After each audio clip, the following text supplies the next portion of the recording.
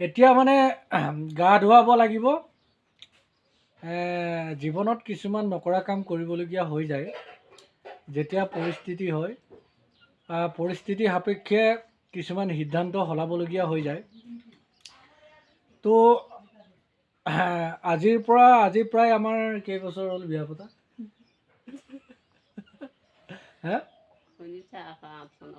8 চনৰ পৰা 25 চন হ'ল। 8 চনত আমি দুইটাই বিয়া পাতিছিলোঁ। 8 চনৰ পৰা এতিয়া 25 চন হৈ গ'ল। জীৱনত মই গা ধুৱাই পোৱা নাই ইয়াক, মুখ মুচি দি তেনেকৈ নাই পোৱা হ'লে।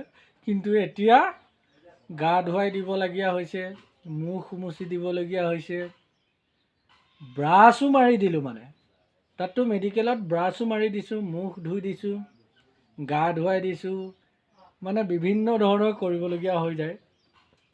তো আমি ইজনে সিজনক সেইটো কৰিবই লাগিব।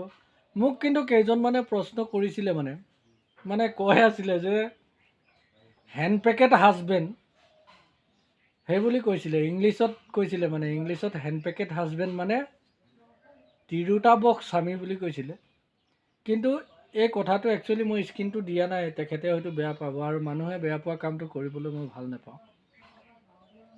আমি যদি ইজনে সিজনক সহায় নকৰোঁ, তেতিয়া বিপদৰ সময়ত আমি এখন ঘৰ কেতিয়াও সুন্দৰ হ'ব নোৱাৰে। এই কথাটো বাৰে বাৰে কওঁ।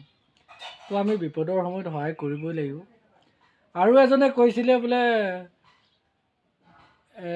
এনেকৈ বেমাৰী হ'লে মানে এক্সচেঞ্জ কৰি ল'ব লাগে, নতুন এজনী আনি ল'ব লাগে।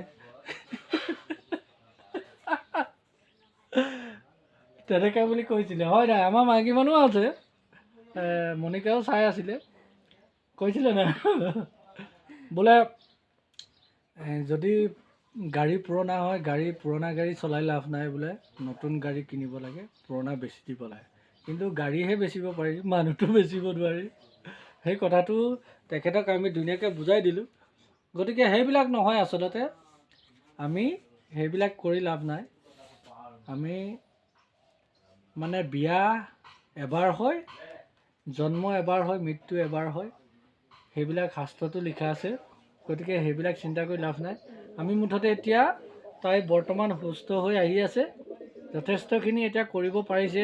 বহুতে কৈ আছিলে যে কেনেকুৱা হৈছে, কি কথা, বৌ কেনেকুৱা হৈছে, মানে ফেচবুকত বহুতে কৈ আছিলে। কালি এটা ভিডিঅ' দিছিলোঁ, একদম ধুনীয়া ভিউজ হৈছে, আৰু প্ৰত্যেকে ছাপোৰ্ট কৰিছে, ধুনীয়া হৈ আছে বুলি, ভাল হৈ আছে বুলি, আৰু প্ৰত্যেকেই মানে সোনকালে আৰোগ্য হোৱাৰ কামনা কৰিছে। তো এতিয়াও তাই মানে যথেষ্টখিনি ভাল হৈছে ক্ৰমান্বয়ে। আমি আকৌ গুৱাহাটী যাম, আৰু 15 দিনমান আছে, তো চেকআপত যাম। তো এতিয়া মই তাইক গাটো ধুৱাই লওঁ। আপোনালোকে প্ৰত্যেকেই আশীৰ্বাদ কৰিব যাতে আমাৰ জীৱন সুন্দৰ হয়, আৰু আমিও আশীৰ্বাদ কৰিছোঁ আপোনালোকৰ যাতে জীৱন সুন্দৰ হয়। খালি এটা কথা আপোনালোকে কমেণ্টত কৈ দিয়ক, তাই বেছি ভেকশ্যন যাতে নেদেখুৱায়।